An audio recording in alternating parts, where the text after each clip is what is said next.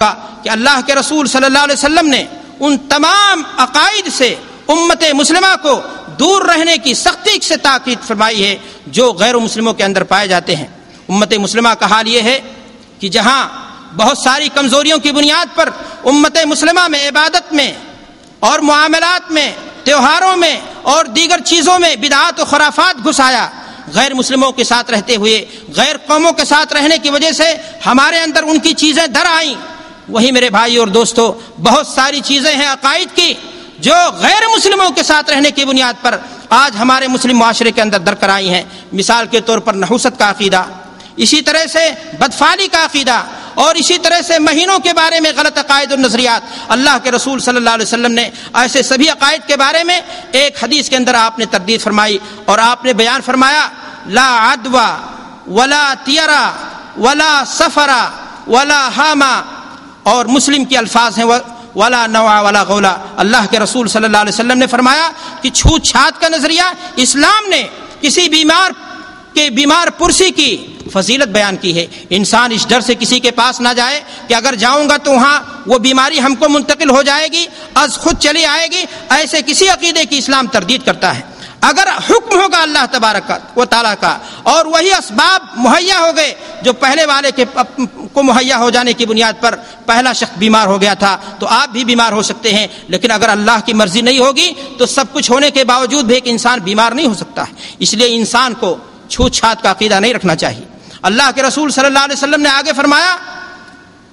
ولا طیرا، کہ پرندوں کے آڑے ترچھے اڑنے سے ایک انسان اپنے سفر کو روک دے، اپنے کام کو روک لے، اپنے آپ کو منع کر لے جانے سے کہیں نحوست مراد لے، تو ایسا کرنا بھی اسلام کے اندر گنجائش نہیں ہے۔ اللہ کے رسول صلی اللہ علیہ وسلم نے فرمایا ولا حاما، کہ الو کے بیٹھنے سے درخت پر یا آپ کے گھر کی کسی مڈیر پر کسی کی موت آنے والی نہیں ہے۔ موت جب اللہ تبارک و تعالیٰ کی جانب سے ساتویں آسمان سے کسی کے مقدر ہوگی تو موت آئے گی، لیکن کسی جانور کے بیٹھ جانے سے آپ کے گھر پر یا آپ کے گھر کی چھت پر یا آپ کے گھر کے مڈیر پر کسی کو موت آنے والی نہیں ہے۔ اللہ کے رسول صلی اللہ علیہ وسلم نے اس قسم کے کسی بھی عقیدے کی بھی تردید فرمائی۔ آپ نے فرمایا کہ ولا سفرا، سفر کا مہینہ بذات خود منحوس نہیں۔ انسان اگر خود کسی دن کسی مہینے میں بدمعاشی کرتا ہے، گناہ کا کام کرتا ہے اور ایسے کام کرتا ہے جو اس کی بربادی کا سبب بن جائے تو منحوس خود انسان ہوا، نہ کہ وہ مہینہ۔ آج ہمارے یہاں دیکھنے میں آتا ہے بہت سارے لوگ ہیں جو کہتے ہیں فلاں دن خراب ہوتا ہے، فلاں مہینہ ٹھیک نہیں ہوتا ہے، فلاں مہینے میں شادی درست نہیں ہے، فلاں دن میں فلاں کام درست نہیں ہے۔ میرے بھائیوں اور دوستو، اللہ کے رسول صلی اللہ علیہ وسلم نے اس قسم کے کسی بھی عقیدے کی تردید فرمائی اور امت مسلمہ کو حکم دیا کہ غیر قوموں کے عادات اور تقالید سے وہ بچیں اور اس قسم کا کوئی عقیدہ اپنے اندر در کرنے آئے اس کو منع کر دیں۔ میرے بھائیوں، اللہ کے رسول صلی اللہ علیہ وسلم نے آگے فرمایا ولا نوع ولا غولا، کہ نچھتر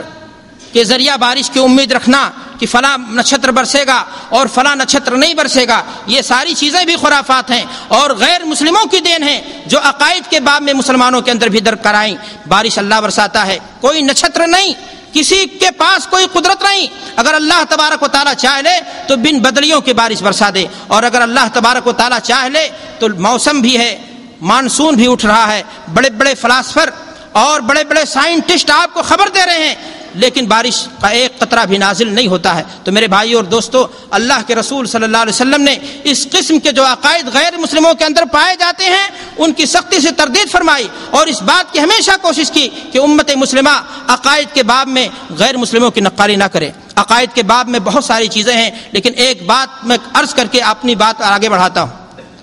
میرے بھائی اور دوستو، عقیدے کے مسئلے میں آج ہمارے یہاں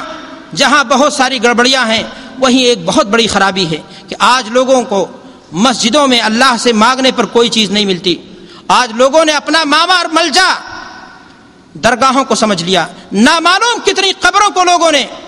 عبادت گاہ بنا لیا۔ وہاں پیشانی جھکائی جاتی ہے، وہاں سجدے کیے جاتے ہیں، وہاں نذرانے دیے جاتے ہیں، وہاں چڑھاوے اور بتاچے چڑھائے جاتے ہیں، ان کے سامنے امیدیں پیش کی جاتی ہیں اور ان سے نوکری کی دہائی دی جاتی ہے، بیماری سے شفا یابی کی بھیک مانگی جاتی ہے۔ میرے بھائیوں، اس قسم کے تمام نظریات غیر مسلموں کے ہیں۔ بالخصوص قبروں کو اونچا بنانا، قبروں پر عمارت کا تعمیر کرنا، بزرگوں کی قبروں کو یا اولیاء کی قبروں کو، اس طرح کا عقیدہ اور نظریہ یہودیوں کے اندر تھا۔ نصرانیوں کے اندر تھا، اللہ کے رسول صلی اللہ علیہ وسلم نے اس بات کی تردید فرمائی، اور آپ نے تردید ہی نہیں فرمائی بلکہ آپ نے فرمایا لعنت اللہ علی الیہود والنصارى اتخذوا قبور انبیائہم مساجدا، کہ اللہ کی پھٹکار ہو یہود و نصارہ پر، انہوں نے اپنے انبیاء کی قبروں کو عبادت گاہ بنا لیا۔ افسوس کی بات ہے آج نماز مسجد میں پڑھتا ہے لیکن نماز میں دعائیں کرتا ہے، مراد اس کی نہیں پوری ہوتی ہے، جا کر کے کسی مزار پہ دہائی دیتا ہے اور وہاں پیشانی ٹیکتا ہے اور کہتا ہے مجھے بچہ مل گیا، مجھے نوکری مل گئی، مجھے بیماری سے شفایابی مل گئی۔ مرادوں کا پورا ہو جانا کسی چیز کی صحت کے لیے دلیل نہیں میرے بھائیوں۔ ایک ہندو کسی بت پر جاتا ہے، انسانی شرمگاہوں پر جاتا ہے، چڑھاوا اور بتاشا پیش کرتا ہے، دودھ اور مالا دیتا ہے، اور وہ بھی دعویٰ کرتا ہے کہ میری مرادیں پوری ہو جاتی ہیں اور میرے امیدیں بر آتی ہیں، تو کیا اس چیز کو جائز سمجھ لیا جائے گا؟ آج بہت سارے ہمارے بھائی ایسے ملتے ہیں، جب اس قسم کی بات کی تردید کی جائے تو وہ عرض کرتے ہیں کہ ہم تو فلاں بچے کو لے کر کے فلاں بزرگ کے پاس گئے تھے، وہاں پانی تھا یا نل تھا یا فلاں معاملہ تھا، ہم نے ایسا کام کر لیا اور ہم کو تو شفایابی مل گئی اور ہمیں شفایابی چاہیے تھی۔ میرے بھائیو اور دوستو، کسی بھی معاملے کو پرکھنے کے لیے، اس کی صحت کو جاننے کے لیے آپ کو اللہ کی کتاب اور رسول صلی اللہ علیہ وسلم کی سنت کی طرف پلٹنا ہوگا۔ آپ کو دیکھنا ہوگا کہ اللہ کے رسول صلی اللہ علیہ وسلم نے اپنے بارے میں کیا فرمایا، صحابہ کرام رضوان اللہ علیہم اجمعین کو مخاطب کرتے ہوئے کیا فرمایا کہ لا تتخذ قبری عیدا، کہ ہماری قبر کو عید گاہ نہ بنا لینا۔ اللہ کے رسول صلی اللہ علیہ وسلم کا یہ فرمان صحابہ کرام رضوان اللہ علیہم اجمعین کے سامنے تھا۔ مدینہ الرسول پر مصیبت کے بادل منڈلائے، دور صدیقی میں ہو یا اور دور ادوار کے اندر ہو، لیکن صحابہ کرام رضوان اللہ علیہ مجمعین نے اللہ کے رسول صلی اللہ علیہ وسلم کے روضہ مبارک پر حاضری دے کر کے اللہ کو چھوڑ کر کے نبی کی دہائی نہیں دی اور آپ سے مصیبت کی گھڑی میں مدد کی گہار نہیں لگائی۔ اگر یہ چیز اللہ کے رسول صلی اللہ علیہ وسلم نے عقیدے کے باب میں ایک مسلمان کے لیے گنجائش نہیں دی تو آج کے مسلمانوں کے لیے یہ گنجائش کہاں سے نکل آئی کہ وہ مصیبت کے وقت، پریشانی کی گھڑی میں، بیماری کے وقت وہ غیر اللہ کے آستانے پر پہنچ جائیں اور وہاں جا کر کے اس طرح سے مصیبت کے وقت، پریشانی کے وقت گہار لگائیں۔ اگر آپ قرآن مجید کا مطالعہ کریں گے تو آپ کے سامنے جو بات آئے گی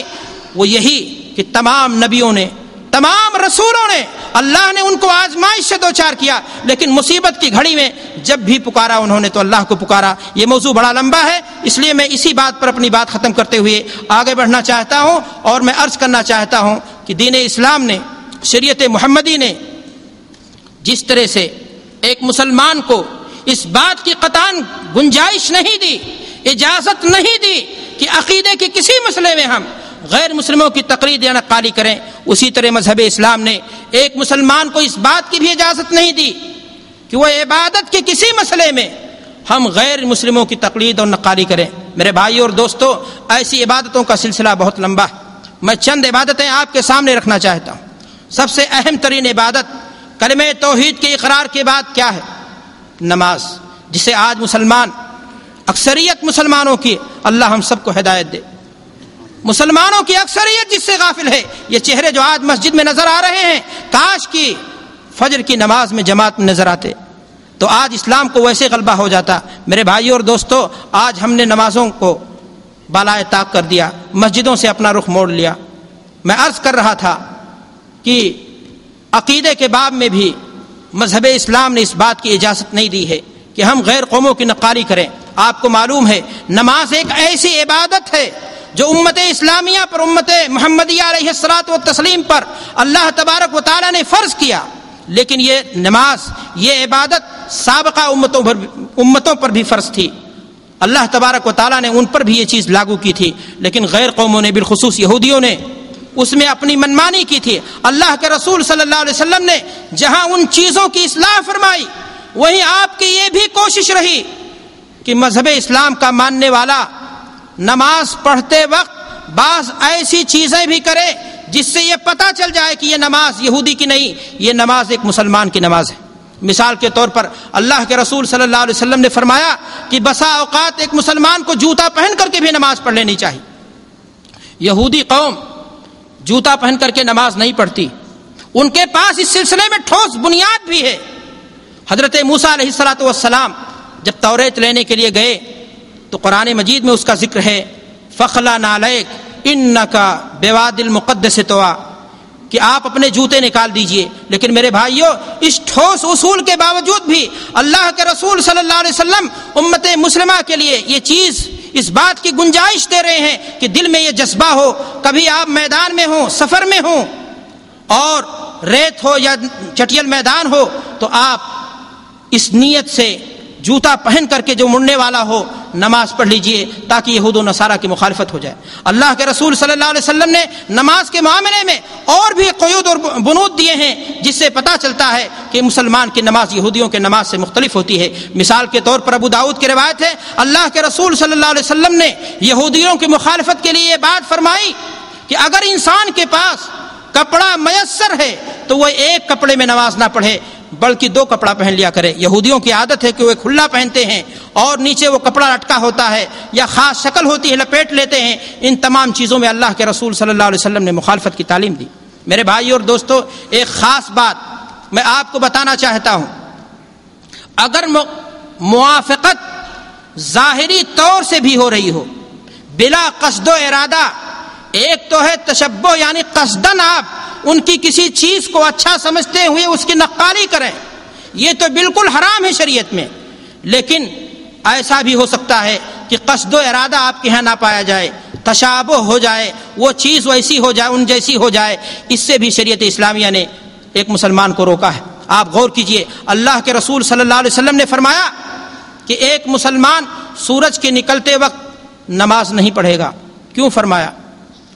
کہا فَإِنَّهَا تَتْلُو بَيْنَ قَرْنِ الشَّيْطَانِ، کہ سورج جو ہے شیطان کی دونوں سیگوں کے درمیان سے نکلتا ہے، اور اس وقت لوگ کیا کریں؟ اللہ کے رسول صلی اللہ علیہ وسلم نے فرمایا کہ شیطان دونوں سیگوں کے درمیان سے نکلتا ہے اور لوگ اس وقت نماز پڑھیں گے تو یہ مشابہت ہو جائے گی کہ کہیں ایسا نہ ہو کہ لوگ وہ عبادت شیطان کی کر رہے ہیں۔ میرے بھائیو اور دوستو، ایک مسلمان معمولی درجے کا فاسق و فاجر جو اللہ کی جناب میں اپنی پیشانی جھکاتا ہے، قطعاً وہ اپنے دل میں کہیں گوشے میں یہ خیال بھی نہیں رکھتا کہ وہ یہود و نصارہ کی مخالفت کرے، وہ یہود و نصارہ کی تقلید کرے، اس کے دل کے کسی گوشے میں بھی یہ بات نہیں ہوتی ہے کہ وہ شیطان کی عبادت کر رہا ہے، چڑھتے سورج کی پوجا کر رہا ہے، لیکن مشابہت لازم آ رہی ہے۔ اس لیے اللہ کے رسول صلی اللہ علیہ وسلم نے اس بات سے منع کر دیا کہ ایک مسلمان اس وقت نماز پڑھے جبکہ نماز ایک عبادت ہے۔ کیوں روک دیا اللہ کے رسول صلی اللہ علیہ وسلم نے؟ تاکہ مماثلت نہ ہو جائے۔ میرے بھائیو اور دوستو، نماز کے بعد درجہ آتا ہے روزے کا۔